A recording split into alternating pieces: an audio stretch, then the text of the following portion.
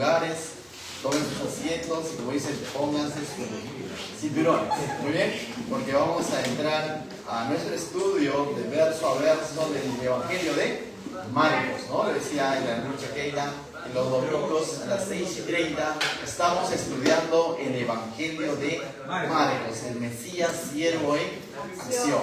Muy bien, y yo creo que la mayoría ya está enganchado con este Evangelio, de qué trata este Evangelio. Y a este momento, ya cuando en Marcos capítulo 6, básicamente es ya cuando está finalizando el primer año de ministerio público de nuestro Señor Jesús. Es decir, sabemos también que por los evangelios que nuestro Señor Jesús, su ministerio público básicamente fueron aproximadamente 3 años. Si no tienes Biblia, puedes levantar la mano ahí, Joel te va a pasar unas Biblias o un Nuevo Testamento con toda confianza. Si no tuvieras, levanta la mano con confianza, ¿sí? Bien. Listo, entonces, para este capítulo 6 ya estamos finalizando el primer año del ministerio público de nuestro Señor Jesucristo, ¿ya? Y ese primer año ha sido marcado ¿por qué? Quizás podríamos decir, ese primer año Jesús se ha dado a conocer de diversas maneras, ¿no? De alguna manera Jesús se ha hecho popular. Ahora, para bien y para mal, ¿no? O sea, de alguna manera se ha hecho conocido porque ha hecho milagros.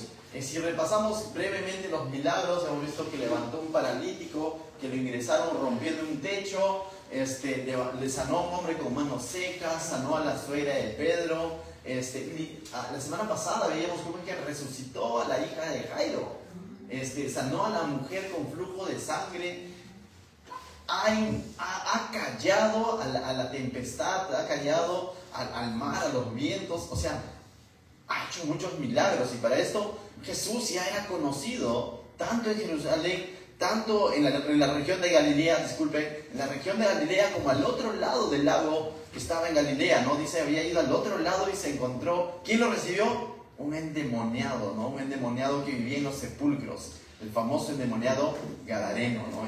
Y vimos cómo es que también obró en ese lugar. Entonces, a este punto Jesús se ha hecho muy popular, pero al mismo tiempo también no todos están siguiendo a Jesús por lo que Él es. También ha habido muestras de rechazo, de incredulidad, de cuestionamiento. Si tuviéramos que dividir a las personas que seguían a Jesús o que conocían a Jesús o conocían el ministerio de Jesús, quizás podríamos dividirlo en 2 grupos. Un primer grupo está conformado por los religiosos y los convenidos. Los religiosos eran aquellos que estaban detrás de Jesús para ver en qué es lo que Jesús falla.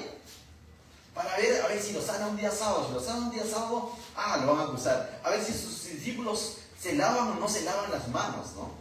O a ver si sus discípulos ayunan o no ayunan. Básicamente estaban para ver si Jesús pisaba el palito. Y básicamente lo estaban siguiendo para eso. Como también estaban siguiendo a aquellos que querían un milagro. Había un interés. Querían ver si Jesús les hacía un milagro. Y dice, y mucha multitud se agolpaba, dice, y él decía, prepárame la barca, ¿no? Pero vemos que Jesús no solamente se dedicó a hacer milagros, sino que Jesús, en medio de todo esto, Él estaba enseñando y estaba mostrándose a sí mismo como esa promesa hecha al pueblo de Israel, como el cumplimiento de la promesa hecha por Dios. Se estaba mostrando Él como el Hijo de Dios, como el Mesías, pero no lo estaban reconociendo así. Sino por lo contrario, llegaron a concluir los religiosos de decir, esto está haciendo las cosas por el poder ¿de quién? De Belcebú. Entonces te das cuenta que este primer grupo de personas, conformado por los religiosos y los convenidos, de alguna manera estaban viendo lo que Jesús estaba haciendo, pero no estaban buscando realmente a Jesús. Solamente estaban viendo lo que Él hacía. Pero la Biblia nos habla también que había un grupo que estaba cerca a Él y estaba integrado también, dentro de ellos estaban los discípulos, quienes al escuchar la palabra la parábola del sembrador, quizás no lo comprendieron del todo. Lo que sucedió, le preguntaron qué significa. Y Jesús se dio su tiempo para explicarles y les dijo, el que tenga oídos para oír, oiga. Hoy en día nos dice lo mismo el Señor. Quizás tú estás en este lugar, todos vamos a escuchar la palabra de Dios, pero el Señor te dice esta noche, el que tenga oídos para oír, oiga. Porque no se trata solamente de oír, no se trata solamente de escuchar físicamente y ya cumplí con Dios. Créeme, este grupo de religiosos y convenidos escuchaban la predicación de Jesús, pero no lo creían. Veían los milagros de Jesús, pero no los llevaba a acercarse a Jesús. El orgullo de su corazón, las conveniencias que ellos tenían, simplemente los cegaba y era un impedimento para que ellos comprendan lo que Jesús está diciendo. Pero Jesús está dirigiéndose ahora, está trabajando con ese grupo que sí de verdad lo está buscando. Y aunque quizás con miedo en la barca, aunque quizás con temor en la barca, lo están despertando y le están diciendo: Jesús, nos hundimos, pero les dice: hey, hombres de poca fe, pero aunque poca fe tenían, ¿no? Pero estaban en la barca, decíamos. Pero siguieron viendo los milagros de Jesús. ¿En cuál de los dos grupos estás? ¿En cuál de esos dos grupos estás? Pero todos los domingos tenemos la oportunidad de escuchar la palabra de Dios. Y creo que algunos, también entre semana, a través de los estudios bíblicos, la pregunta es: ¿qué tanto estás creyendo en lo que Jesús te está mostrando? Amén. Entonces, dicho eso, mis hermanos, vamos a continuar con la historia. El verso 1 va a hablar de que Jesús ahora va a volver a un lugar especial. Y dice: salió Jesús de allí y vino ¿a dónde? A su tierra. Vino a su tierra y le seguían sus discípulos. Es decir, Jesús vuelve a su tierra. Y cuando dice la Biblia a su tierra, no está haciendo referencia a su lugar de nacimiento, que era Belén. No se está refiriendo a Belén, se está refiriendo a Nazaret. Porque Nazaret fue el lugar donde Jesús creció, pasó prácticamente su infancia y su juventud. Recordemos, Jesús antes de los 30 años, antes de ser bautizado por Juan Bautista, tuvo una vida, tuvo amigos, jugó pelota, por así decirlo, ¿no? Tuvo su promoción, tuvo compañeros, o sea, tenía personas que lo conocían. Jesús no hace su aparición a los 30 años, sino Él nace en un pesebre y tuvo una niñez, una adolescencia y una juventud. ¿Todos desde el nacimiento viven en Pachacute? No, no es cierto. Los que vivimos en Pachacute, no. En diferentes etapas de nuestra vida hemos vivido quizás en diferentes lugares. Y en esos lugares donde tú has vivido, has dejado amigos o no. Has dejado amistades, has dejado familia quizás. Todos de alguna manera venimos de algún lugar donde hemos pasado los primeros años de nuestra vida. No es que donde ahora estamos viviendo, ahí siempre pasé mis años. Quizás Quillari sí, ¿no? Pero en algún día quizás parte de otro lugar. Mi persona, mis primeros 15 años lo viví en Ancash. Después los siguientes 8 años en Bocanera, Callao. Y así, ¿no? O sea, no es que siempre he estado en Pachacute. Lo mismo sucedió con Jesús. Sus primeros años, hasta su juventud, Él pasó en Nazaret. Y ahora Él vuelve a ese lugar. Y de alguna manera va a encontrar personas que lo conocen. No como su ministerio público, no como el Hijo de Dios necesariamente, pero como el Jesús, como el Hijo del carpintero. Lo van a conocer y Jesús está volviendo a ellos. La pregunta es: ¿a qué volvió Jesús a esos lugares? No está mal, chicos, reencontrarnos con las personas, con nuestras viejas amistades. Aún si no fueran cristianos, no está mal reencontrarnos con ellos. La pregunta es: ¿con qué propósito yo me reencuentro con ellos? ¿Qué es lo que yo hago en esas reuniones? Algunos satanizan el grupo de WhatsApp de la promoción. Como dices: salte de ahí. Y dicen: bueno, yo lo dejo a la convicción personal en realidad. No te voy a decir si está bien y está mal, pero la pregunta que te haría es: ¿cuál es el propósito de estar en ese grupo? ¿Ser influenciado por ellos o que tú influencies sobre ellos? ¿O que tú muestres la luz de Jesús sobre ellos? No está mal reunirse con nuestros familiares que de pronto no son creyentes y tienen su reunión quizás familiar. También reúnete con ellos, pero recuerda cuál es tu propósito. ¿Ser influenciado por ellos o tú mostrar la luz de Jesús? Mira lo que hizo Jesús. El verso 2 dice: y llegando el día de reposo, en ese lugar donde, en su tierra, y llegando el día de reposo, comenzó a ¿qué? A enseñar en la sinagoga. Jesús no pierde la oportunidad. La sinagoga era un lugar donde se reunían los judíos. Cada pueblo, cada provincia tenía una sinagoga, ya que el templo solo estaba en la ciudad, en Jerusalén, ¿no? En la capital. Pero las demás provincias tenían sinagogas, casas de oración, podría llamarse, o lugares donde estudiaban la ley los judíos. Y normalmente ahí enseñaba un rabino, un maestro judío. Pero ahora vemos a Jesús enseñando en ese lugar, en esa sinagoga. Jesús no pierde esa oportunidad y se mete a la sinagoga y comienza a enseñar. Y vamos a ver qué es lo que vieron o cómo reaccionaron las personas de ese lugar. Y muchos oyéndole, ¿qué dice? se admiraban. Y muchos oyéndoles se admiraban. O sea, Jesús está mostrando algo fuera de lo normal, algo sobrenatural. Las personas se están admirando y decían, pero no confundamos admiración con honra o con fe. No dice, y muchos oyéndole le creyeron, no dice eso. Tampoco dice le honraron, muy por el contrario, lo van a deshonrar, lo van a menospreciar. Pero su primera reacción fue de admiración por lo que Jesús estaba haciendo. Y miren lo que dicen, ellos mismos se preguntan, ¿de dónde tiene estas cosas? ¿Y qué sabiduría es esta que le es dada? Y estos milagros dice que por sus manos son hechos. Y ellos comienzan a decirse, oye, ¿de dónde tanta sabiduría, Jesús? ¿De dónde saca tanta sabiduría? ¿De dónde saca estos poderes y hace milagros? Y comenzaron a notar que el jovencito que ellos conocieron tiempo atrás no es el mismo. Porque Jesús ahora está haciendo una evidencia pública de su ministerio. No quiere decir que en su juventud él pecó, porque la Biblia claramente dice en el libro de Hebreos que en él no se halló pecado. Pero el tiempo que él vivió en ese lugar no necesariamente hizo ejercicio de su ministerio público, pero ahora sí se está mostrando como el Hijo de Dios, porque eso es lo que él hacía cuando de pronto hacía un milagro. Lo que hacía era mostrarse como el Hijo de Dios, porque no solamente hacía el milagro, sino perdonaba pecados. ¿Te acuerdas del paralítico? Antes de decir, anda, ve, camina, le dijo, tus pecados son perdonados. A la mujer con el flujo de sangre no le dijo, has sido sanada, le dijo, tu fe te ha salvado. Y eso solo lo podía decir Dios. Entonces, cuando Jesús está metido en esta sinagoga, está enseñando eso, de que Él es el Hijo de Dios, y está corroborando lo que Él está diciendo, haciendo milagros. Y las personas entonces ya no están viendo al jovencito de antes. Y se están admirando y están diciendo, ¿de dónde sacó toda esa sabiduría? ¿De dónde saca esos poderes? Y los lleva a cuestionarse.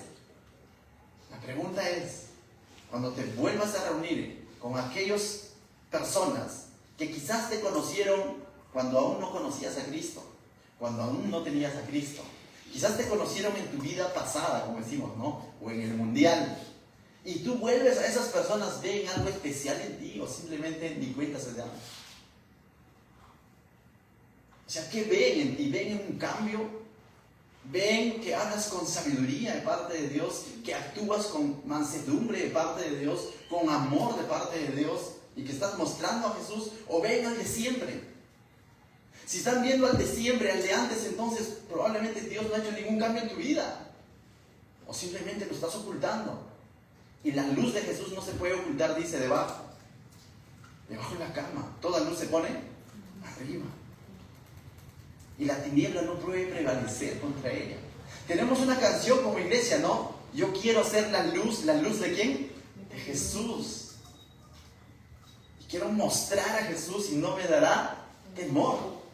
Que eso sea realmente vivo en nosotros. No solamente que sea una canción, sino que pero vuelvo a repetir, reúnete con tu prójimo cuantas veces tú quieras, pero ¿cuál es tu propósito? Reúnete con tus amigos del pasado cuantas veces quieras, pero ¿cuál es tu propósito? ¿Ser influenciado por ellos? O decir, ellos tienen que notar que ha habido un cambio en mi vida. Estas personas están notando un cambio en Jesús. Están viendo que Jesús está haciendo un ejercicio público y Él está haciendo que es el Hijo de Dios. Ahora, no necesariamente ellos van a creer en Él, sino se admiraron. No necesariamente lo van a honrar, sino por lo contrario, van a comenzar a menospreciar su pasado.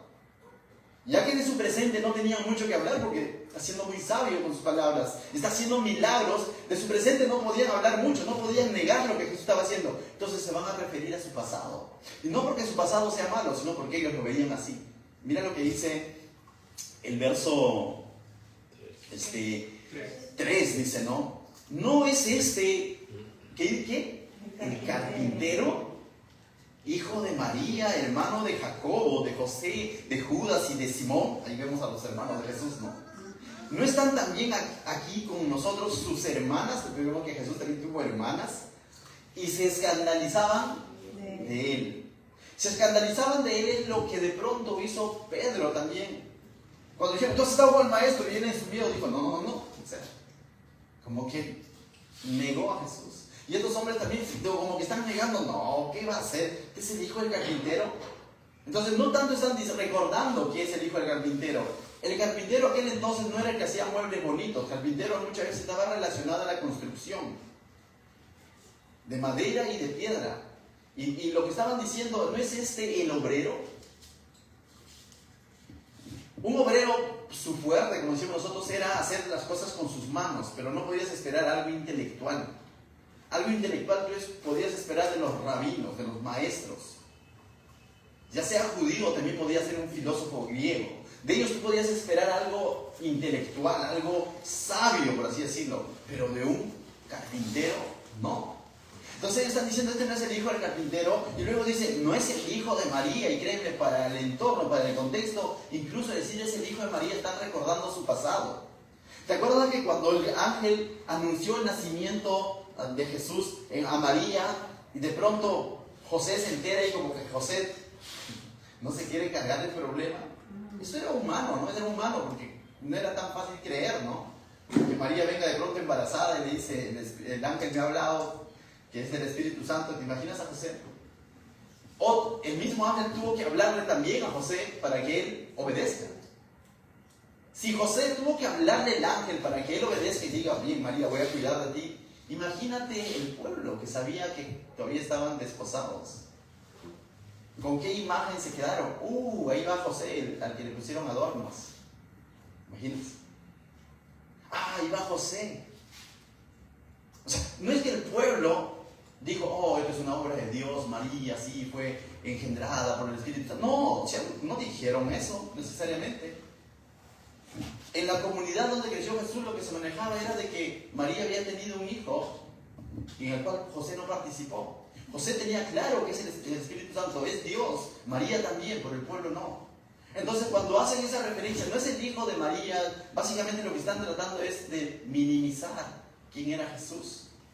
Y están comenzando a hablar de su pasado. No es el obrero, no es el carpintero, no es el hijo de María. Y eso es lo que les parece sorprendente, que ahora esté hablando con mucha sabiduría y que ahora esté haciendo milagros y de pronto se escandalizan de eso. Entonces su pueblo, los suyos, por quienes él volvió en Nazaret, su comunidad, sus viejos amigos, no necesariamente lo reconocieron como el hijo de Dios. Se están escandalizando. ¿Por qué te digo que se están escandalizando? Porque más adelante Jesús los va a calificar como incrédulos. Y mira lo que dice el verso 4. Mas Jesús les decía que no hay profeta sin honra sino en su propia tierra, y entre sus parientes y entre su casa. En otras palabras, Jesús está describiendo la deshonra que están haciendo con él. ¿Cómo es que no lo están reconociendo? Porque no lo estaban reconociendo como el Hijo de Dios. Ese conocimiento superficial que habían tenido de Jesús no les está permitiendo reconocer al Hijo de Dios que tenían frente a ellos. Y lo mismo ocurre también hoy en nuestra sociedad. Las personas, nuestra comunidad, tus amigos, tus hermanos, tus cristianos, haz tu encuesta. El 99% te va a decir que es cristiano. Por ahí vas a encontrar un ateo, que en realidad tampoco es ateo, sino es un renegado de Dios. Pero por lo general nuestra comunidad dice ser cristiano, porque vio películas desde niños sobre Jesús, Semana Santa. Si yo no soy cristiano, me persigno cuando paso por una iglesia. Cada quien maneja, sí soy cristiano, dice. Pero ese conocimiento superficial piensan que ya es todo. Porque hasta ahí han llegado, pero no tienen un conocimiento real de Jesús. No lo están reconociendo como el Hijo de Dios, no lo están reconociendo como su Señor. Y ahí está el detalle, que el verdadero cristiano no es el que tiene ese conocimiento superficial de Jesús, sino que el verdadero Hijo de Dios es el que lo reconoce como el Hijo de Dios. El verdadero cristiano es el que reconoce el señorío de Jesús. El verdadero cristiano es el que reconoce que él ha pecado y que Jesús ha ido a la cruz a morir por su pecado. Ese es el verdadero cristiano.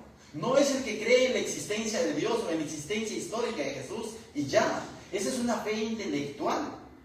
Y esa fe intelectual no salva a nadie. La verdadera fe salva.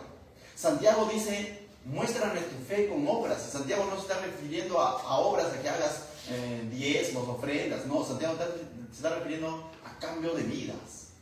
A que vidas cambiadas. Jesús mismo dijo, por sus frutos los conoceréis. El verdadero cristiano va a dar frutos en su vida, va a haber un cambio, una transformación. No va a ser el mismo de antes. Esa es una verdadera fe. Santiago dice que no debemos ser solamente oidores, sino hacedores. Jesús mismo dijo, el que me ama, es decir, el que cree en Él, guarda mis palabras. Y ese guardar mis palabras es el que aplica la palabra, la cree y lo aplica a su vida. Entonces tú te das cuenta que de pronto este grupo de personas tenían un conocimiento superficial de Jesús, mas no tenían un conocimiento pleno, una relación con Jesús, porque lo estaban rechazando. Y tengamos cuidado porque podríamos caer en esa religiosidad. Pensar que yo ya sé mucho sobre Jesús. Y cristianismo no es una religión, no es conjunto de conocimientos, es vivencia, es relación, es esa búsqueda día a día. ¿Y sabes qué? Eso es personal. Eso es personal.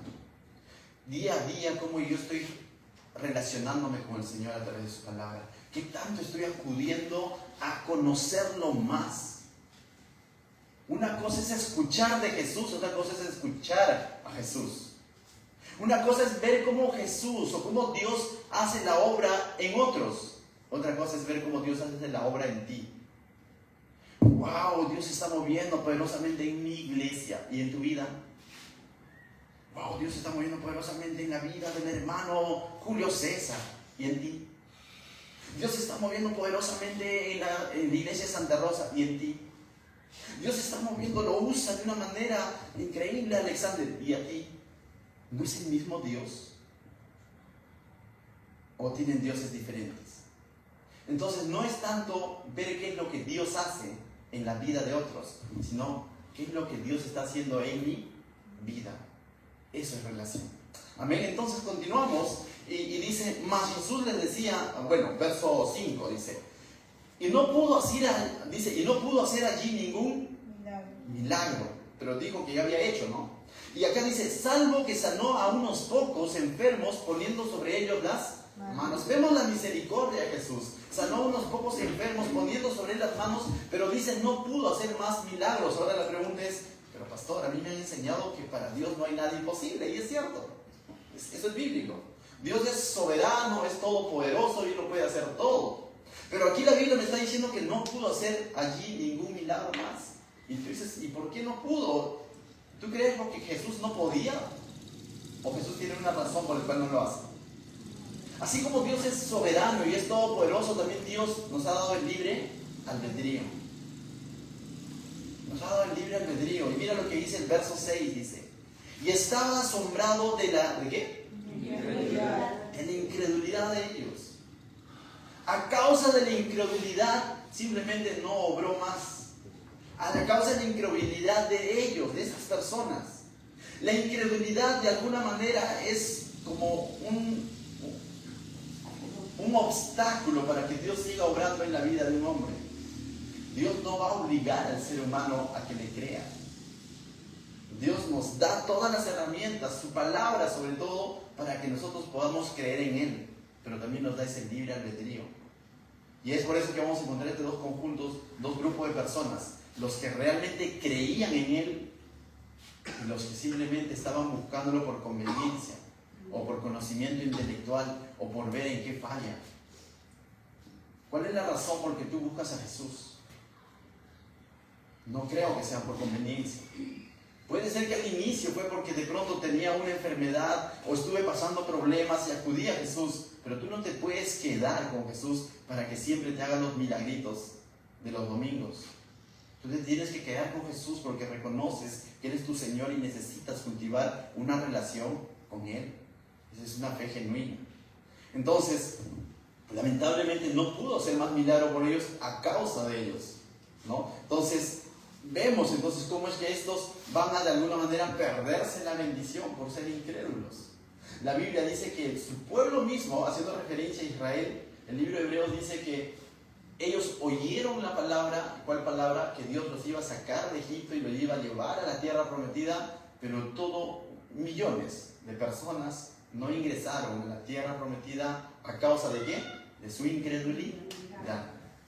A causa de su incredulidad, aunque escucharon la misma palabra, 12 testigos vieron, eso lo vemos en el libro de Números, 12 testigos que Moisés manda, entre los cuales estaban Caleb y Josué.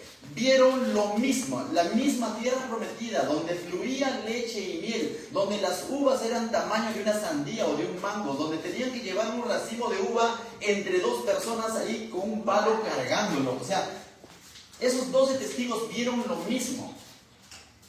Y también vieron hombres gigantes, que esa tierra estaba poblada, era muy bendecida, pero estaba poblada. Pero de esos 12 testigos, 10 se fijaron en los gigantes, en los obstáculos, en el no vamos a poder, somos como langostas al lado de ellos, no creo, y comenzaron a renegar de Moisés y de Dios.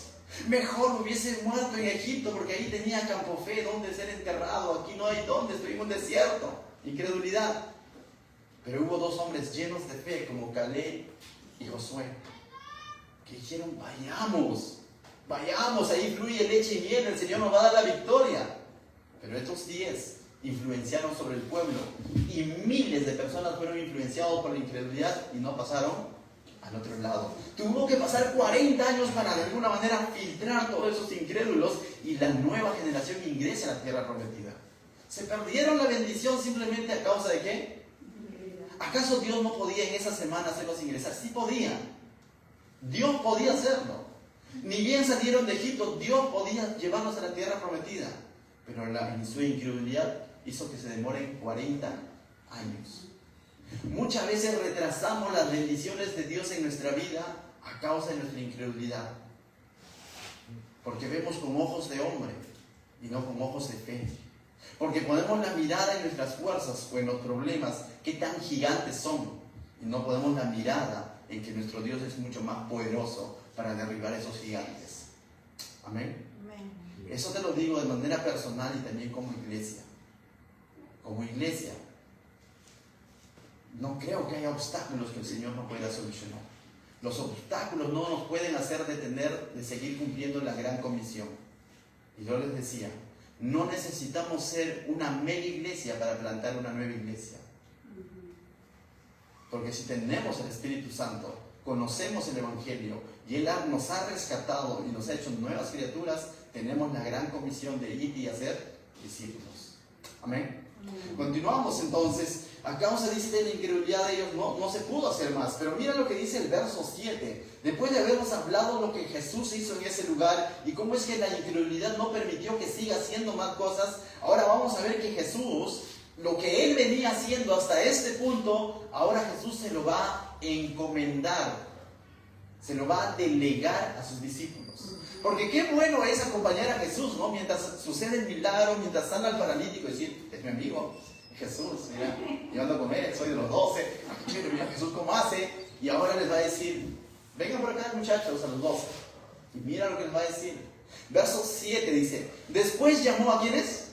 A los 12, y comenzó ¿a qué? A enviarlos. La palabra enviarlos en griego es apostelos, que significa, de aquí viene apóstol, que significa enviado básicamente. Comenzó a enviarlos de 2 en 2 y les dio autoridad sobre los espíritus inmundos. Aquí vemos algunos detalles, que el que llama es el Señor, el que envía es el Señor y el que te da la autoridad es el Señor, pero también vemos que va a haber oposición, espíritus inmundos.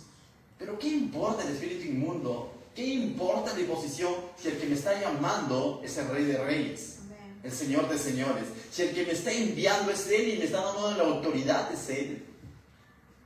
Y mira bajo qué términos les va a enviar, ¿no? Pero antes de pasar al siguiente pasaje, recuerda, esto de enviar lo vas a encontrar en diversos pasajes de la Biblia, sobre todo en el Nuevo Testamento, también en el Antiguo Testamento. Esto de ser llamado y enviado. Mismo Abraham fue llamado y él. Moisés fue llamado y él. Cada uno de los hombres que Dios llamó los envió a hacer algo. Les dio una misión. Cuando Dios llama, no llama en vano. Dios llama para enviarte a hacer algo. La diferencia es que algunos respondieron a su llamado, otros no respondieron a su llamado, otros retrasaron el llamado, como el caso de Jonás, ¿no? Jonás, su profeta, ve a Nínive. Nínive, Señor, no, que mejor me voy allá nada más cerquita. Le fue mal. Tuvo que terminar en el vientre de un gran pez.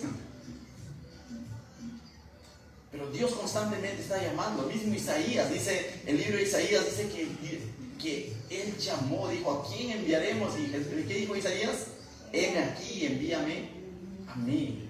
Y decíamos a manera de broma la semana pasada, que muchas veces nosotros decimos en emoción, heme aquí, envíalo a Julio César, que él vaya. Heme aquí, envíalo, no sé, a Keila, a Luz. No, es heme aquí, envíame a quién? A mí. El llamado es para mí. El llamado a presentar las buenas nuevas no solamente es para los pastores, no solamente es para los siervos, es para toda la iglesia. A veces esperamos que Dios quiere levantar misioneros en nuestra iglesia. Nuestra iglesia tiene que ser de por sí misionera, esa es nuestra función. La Biblia, Pablo le decía a Timoteo que la iglesia es columna y baluarte de la verdad, que la iglesia justamente está aquí en la tierra para mostrar la verdad de Cristo. Y la iglesia eres tú. Y no solamente eso va a suceder aquí en estas 4 paredes, eso tiene que suceder donde tú te muevas, donde tú labores, donde tú convivas, en el vecindario donde tú vives, en tu familia. Es ahí donde vas a mostrar la luz de Jesús.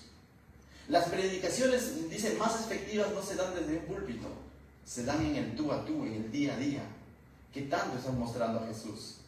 ¿Qué tanto estás evidenciando que conoces a Jesús, que convives con Jesús, que tienes una relación con Jesús? Eso se tiene que mostrar. Por sus frutos los conoceréis. Los frutos diferencian al trigo y a la cizaña. Los frutos diferencian al que tiene una fe intelectual y que tiene una fe verdadera. Los cambios de vida, las reacciones, cómo reaccionamos ante una situación, es lo que van a marcar la diferencia. ¿Cómo estamos? Años atrás decíamos, ¿no? Un ejemplo, muchas veces cuando estamos bajo presión, así como el limón, vamos a tener que botar jugo. La idea es que el limón tiene que botar jugo de limón, no jugo de fresa. El cristiano tiene que botar jugo de cristiano, no de cristino. Imagínate una situación bajo presión en tu vida, con personas que no conocen de Cristo. La pregunta es, ¿qué está saliendo de ti? ¿Cristianismo o otra cosa? Las personas, por cómo vean tu vida, van a hablar bien o mal de Jesús, pero van a hablar. Que sean de los que hablan bien de Jesús. Amén. Entonces continúa, dice, les dio los envió, ¿no? Y es interesante porque Jesús es el primer misionero, Él es el primero que fue enviado. En el Evangelio de Juan, mira lo que dice Juan, anótalo, Juan 20:21 dice, como me envió el Padre, así también yo os envío. O sea, Jesús fue el primero que fue enviado aquí a cumplir la misión. ¿Cuál fue la misión? El libro de Filipenses lo resume claramente, le dice donde Él se despojó de toda su gloria, de toda su divinidad, no escatimó el ser igual a Dios, se despojó de todos sus atributos divinos, se hizo hombre, obediente, siervo, obediente hasta la muerte y muerte en la cruz. O sea, ese es Jesús que vino a hacer todo eso aquí en la tierra. Ese es Jesús. Y Él fue a la cruz y murió por cada uno de nosotros. Y ahora nos está enviando a nosotros, está enviando a su iglesia. En Mateo 28 dice, por tanto, id y haced discípulos. Envía a su iglesia, ¿para qué? ¿Para que muera en una cruz? No, para que justamente testifiquemos lo que Él hizo en la cruz. Esa es la gran comisión. Por eso se llama comisión. Que nosotros somos cooperadores de la misión que Él hizo. Simplemente somos testigos. El libro de Hechos dice que vamos a ser llenos del poder del Espíritu Santo para que nos dé poder y ser testigos en Jerusalén, Judea, Samaria y lo último en la tierra. La Biblia está lleno de eso, de que Jesús llamando a un grupo de personas para que sean testigos de Él. Ese eres tú, iglesia. Si tú eres cristiano, te consideras cristiano, ese eres tú. Tómalo personal. A ti te ha llamado el Señor para que seas su testigo. Tú eres el testigo de Cristo, tú eres el que tiene que dar testimonio. No lo van a hacer los ángeles, podrían hacerlo, pero Dios escogió su iglesia, eres tú. Entonces ahora dice, nos va a enviar a estos a que cumplan la gran comisión. Entonces el verso 8 dice lo siguiente, y les mandó, y es interesante bajo los términos, ¿cómo les envía? Mira, dice, y les mandó que no llevasen nada para el camino, sino solamente bordón. El bordón era una especie de bastón o vara. ni alforja, ni pan, ni dinero en simple, es decir, que vayan sin viáticos, ¿te imaginas? Y tú dices, qué malo que es Jesús, así no es, pues, así no juega, pero no, Jesús, no, así no es. Ya. ¿Qué garantía tengo que me vaya bien si me vas a enviar así sin alforja, sin pan, sin dinero en el cinto? Normalmente gustaban llevar el dinero, sus monedas en el cinto. En la billetera, podríamos decir hoy día, sin un sol en la billetera. ¿Tú te das cuenta los términos, bajo los términos que lo está enviando? Básicamente es para que ellos aprendan a confiar en Dios. Básicamente es para que ellos aprendan a confiar en Dios. Ya había sucedido en la barca. Ya habían pasado una pequeña prueba. Y ahora los está enviando y de 2 en 2. Ya no están en mancha, sino de 2 en 2. Y muchas veces Dios hace ese tipo de cosas en el ministerio, en nuestra vida o en la iglesia. Muchas veces pareciera que se ha olvidado de nosotros, Señor. ¿Qué fue, no? O sea, mira, estamos haciendo tu obra y de pronto no hay. Es que no se trata de presupuestos. No se trata de cuánto tenemos para ver qué hacemos. Se trata de cuánto obedecemos para ver cómo Dios obra. No necesitamos ser una mega iglesia para plantar una nueva iglesia. Y hace semanas atrás decía yo, y no necesitamos tener un carro para seguir yendo a la 41. Aunque muchos saben que ahora tenemos carro nuevo. Amén. Gloria a Dios por eso. Dios es misericordioso. Dios es fiel con sus hijos que le obedecen. Iglesia, sigamos creyendo en Jesús. Él va a equipar, Él va a sostener su iglesia. No somos nosotros. No nos movamos por un presupuesto. No nos movamos porque si hay, entonces hacemos. Movámonos por fe. Eso es dar pasos de fe. Recuerdo con nostalgia el video que se hizo donde todos íbamos en el lorito, ¿se acuerdan?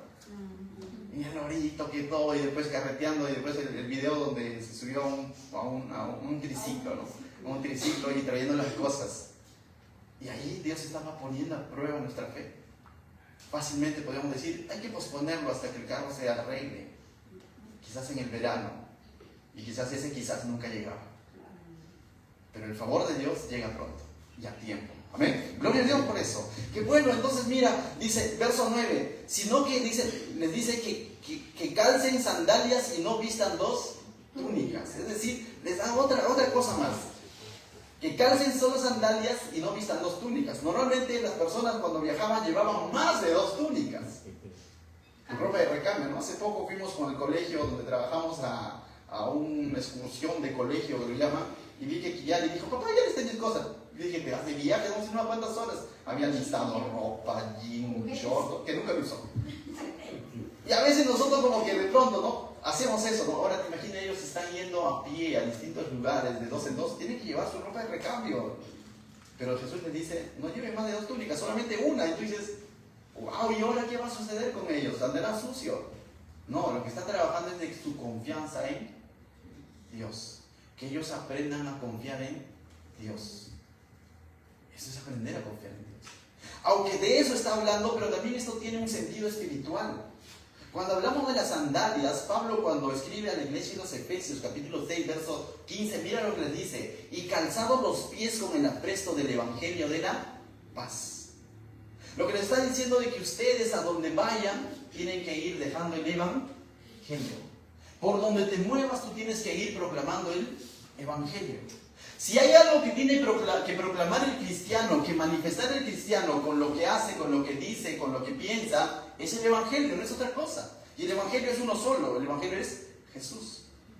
Y Pablo le está diciendo a su iglesia, a la iglesia de Jesús en Éfeso, le está diciendo, calzados los pies con el apresto del evangelio y la paz. Es decir, la iglesia conoce ese evangelio y tiene que proclamarlo a donde vaya.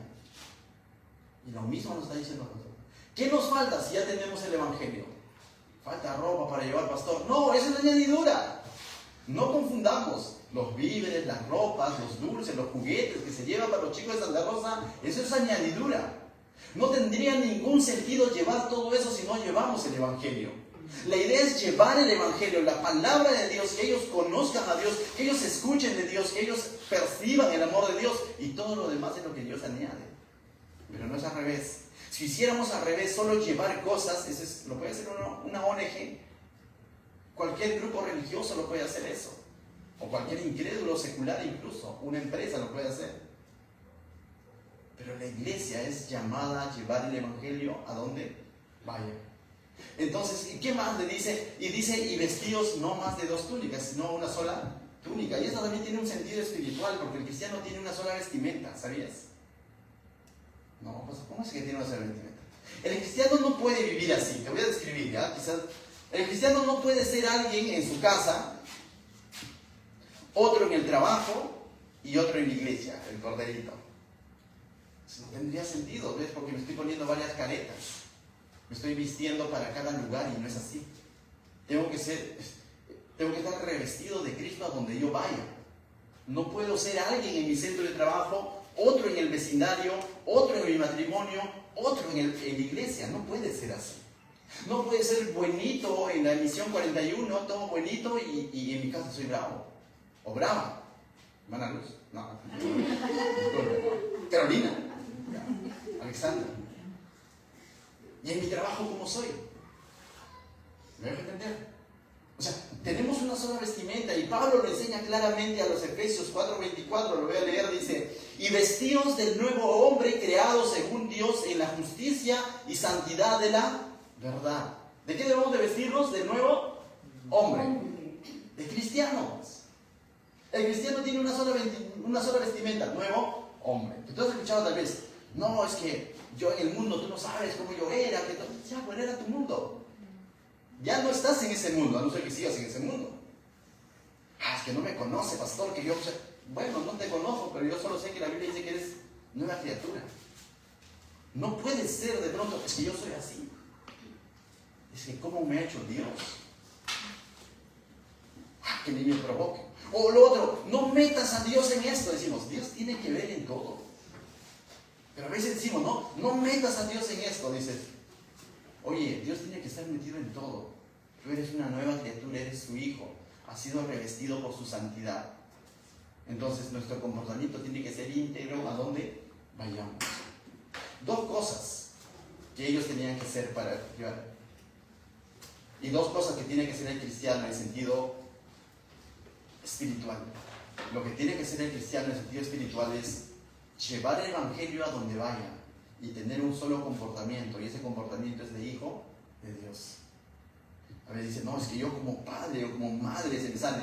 Eres madre, pero sobre todo eres una hija de Dios. Es que yo como padre, sí, como padre doy todo por mis hijos y vuelo cabezas. No, pero sobre todo eres hijo de Dios. Y no debes olvidar eso. No debemos olvidar eso. Hay una verdad superior a lo que nosotros podamos decir. No, es que esto pues no, me hizo reventar porque lo hicieron. Sí, puede ser, pero tus emociones no pueden gobernar tu estado espiritual. Tu estado espiritual es de que tú eres hijo de Dios y debemos de comportarnos como hijo de Dios a donde vayamos. Eso también tiene que ver cuando cumplimos la gran comisión. Porque si yo soy uno en un lugar, soy otro en otro lugar y soy otro en otro lugar, entonces no va a tener valor moral lo que yo vaya a predicar o lo que vaya a decir a las personas. Porque les puedo decir cosas bíblicas, pero me van a decir que tú eres así acá y eres así acá. ¿Cómo me puedes hablar del amor de Jesús si tú mismo eres cambiante? El libro de Santiago dice, ¿no?, que el hombre de doble ánimo es como que inconstante en ¿qué? En todos sus caminos. Y tengamos cuidado con eso.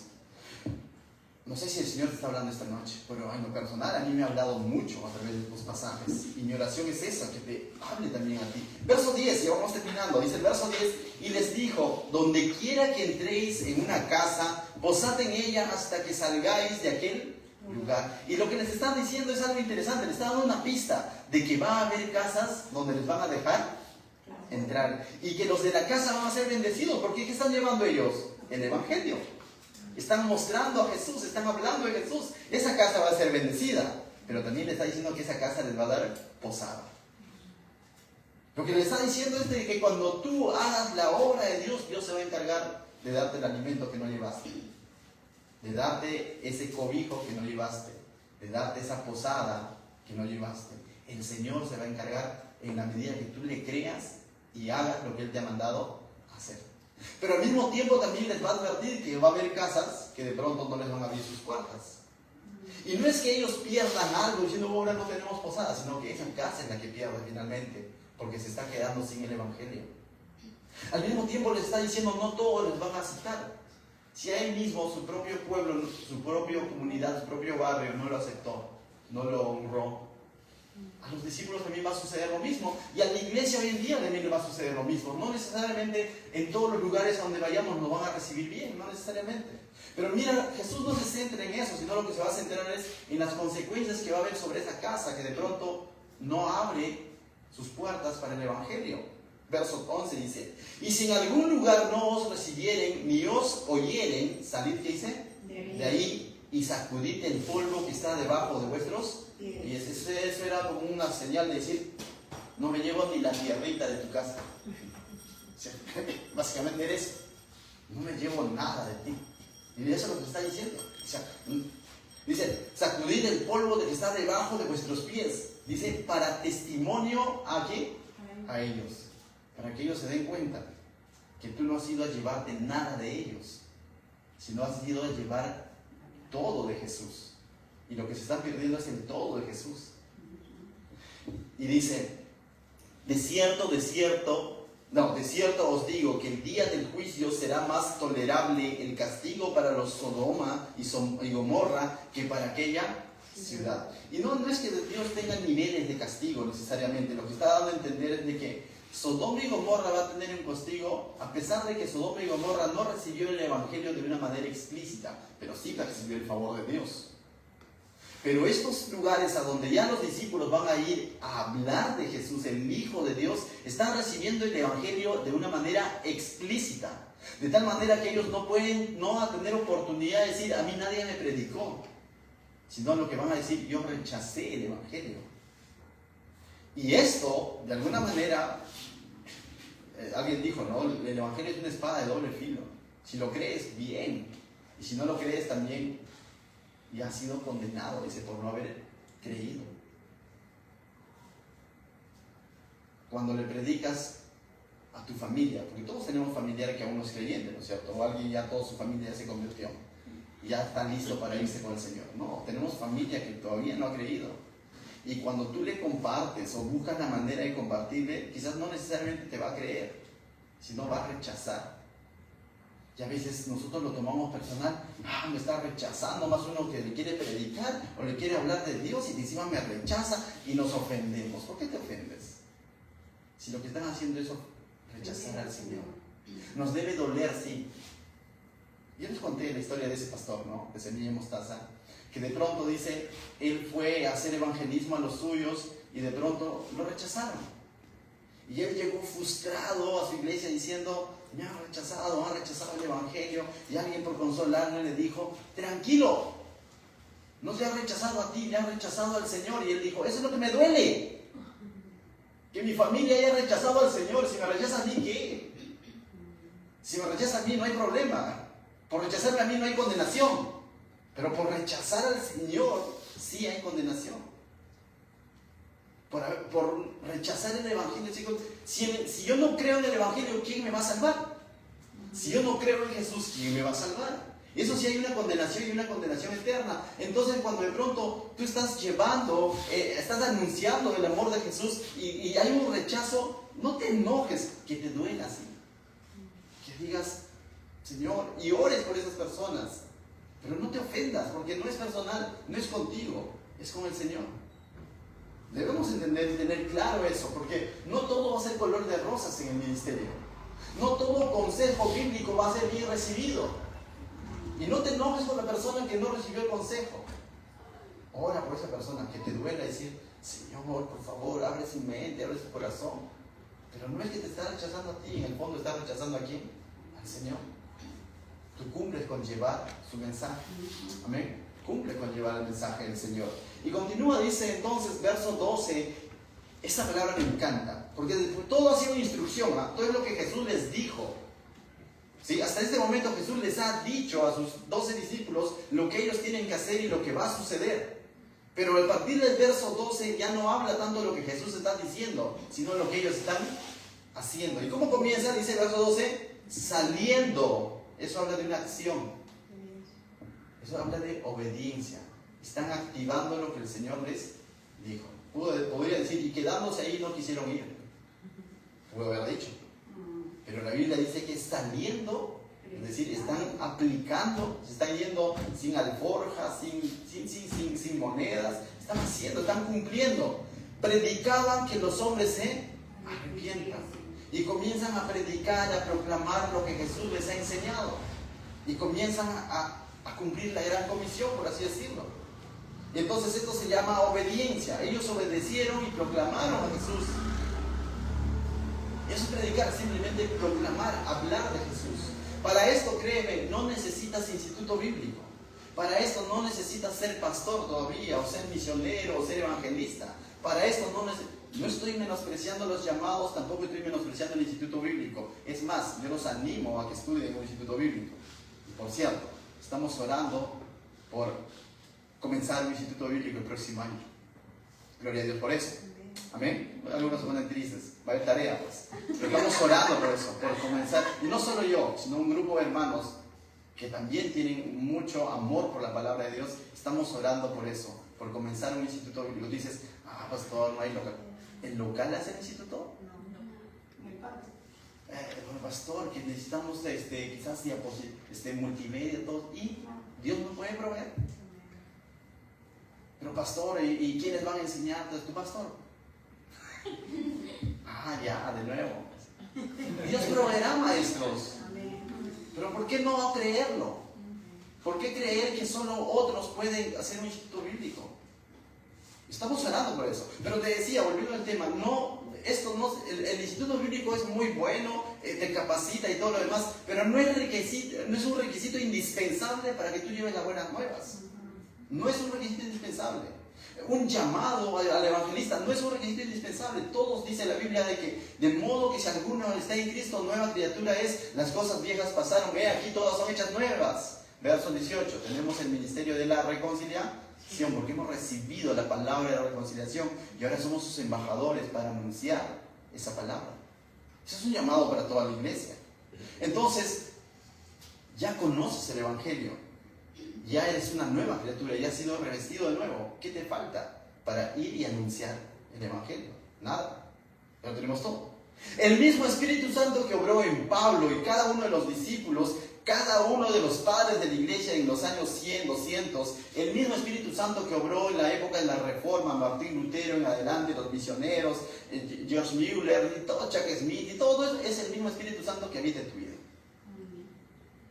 Y decía hoy día en la mañana en otra iglesia donde tocó predicar, no necesitas ser gringo para ser misionero. La autoridad, el llamado y el que te envía es ¿quién? El Señor. Pero tenemos ese chip como latinos de que solo los gringos pueden ser misioneros. Qué bueno que vengan, pero también nosotros tenemos la responsabilidad. Y yo le digo a más de uno con el que me encuentro, nuestra iglesia es misionera. Amén. Nuestra iglesia tiene que ser misionera y tiene que seguir siendo misionera. Hemos comenzado una nueva iglesia. ¿Por qué no orar por más iglesias en el Cono Norte? ¿Por qué no orar por Ancón, por Chancay y todo por ahí? Y en algún momento ir a visitar esos lugares y que ellos estén haciendo lo mismo. ¿Por qué no hacerlo? ¿Acaso Dios no lo puede hacer? ¿Habrá algo imposible para Dios? No. Pero la incredulidad puede hacer que eso se limite.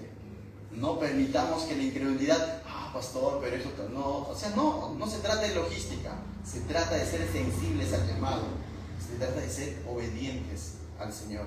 Y estos hombres fueron obedientes. Mira cómo Dios obró. Verso 13 dice, ¿y echaban qué dice? Fuera. Oye, eso no solo lo hacía Jesús. Sí, pues, pero ahora les ha dado autoridad para que ellos lo hagan. Dice que echaban fuera demonios y ungían con aceite a muchos enfermos y los sanaban. ¿Acaso eso no lo hacía solamente Jesús? Sí, pero ahora le ha llamado a sus 12 discípulos, les ha enviado a hacer lo mismo que él hacía. Y cosas mayores verán, dijo en algún momento. Y si tú le crees al Señor, mayores cosas verás. Porque ese mismo Espíritu Santo sigue activo, aún no se ha ido. La iglesia todavía está aquí. Decía un pastor a su iglesia, estoy cansado de estar con ustedes. Y yo dije, imagina que tu pastor salga y te diga, estoy cansado de estar con ustedes. Y la iglesia fue así, pero él decía, ya me quiero ir con el Señor, que venga pronto. En ese sentido lo decía. Pero el Señor todavía no ha venido y mientras tanto, ¿qué nos toca? ir y hacer discípulos, proclamar el Evangelio, obrar con el poder y con la autoridad que el Señor nos ha dado. Para eso ha sido llamada la iglesia. Esto no lo van a hacer los ángeles, esto lo vas a hacer tú. No el pastor, no los siervos, solamente lo vas a hacer tú. En tu ámbito de trabajo, en tu entorno familiar y también como iglesia, a donde el Señor nos lleva, hasta la última tierra. ¿Qué tal si nos podemos de pie para poder orar a nuestro Dios esta noche? Padre, te damos gracias, Señor, por tu palabra, por cómo es que tú nos hablas, Señor, a cada uno de nosotros, Señor. Ciertamente, Señor, hemos decidido seguirte, Señor, y no vamos a volver atrás. Comprendemos, Señor, que tenemos tu evangelio, tenemos tu palabra, que tú ya nos has redimido, somos nuevas criaturas, Señor, y nos has encomendado llevar tus buenas nuevas, Señor, a contarle a otros lo que tú estás haciendo, no solamente en la vida de otros, sino lo que tú estás haciendo en mi vida, Señor. Si de pronto he tenido incredulidad y eso ha sido impedimento, Señor, quiero romper esa incredulidad, Señor, y quiero comenzar a confiar en ti, Señor, porque tú volverás a obrar nuevamente, Señor, y la gloria, la honra sean para ti, mi Dios, en nombre de Jesús, amén.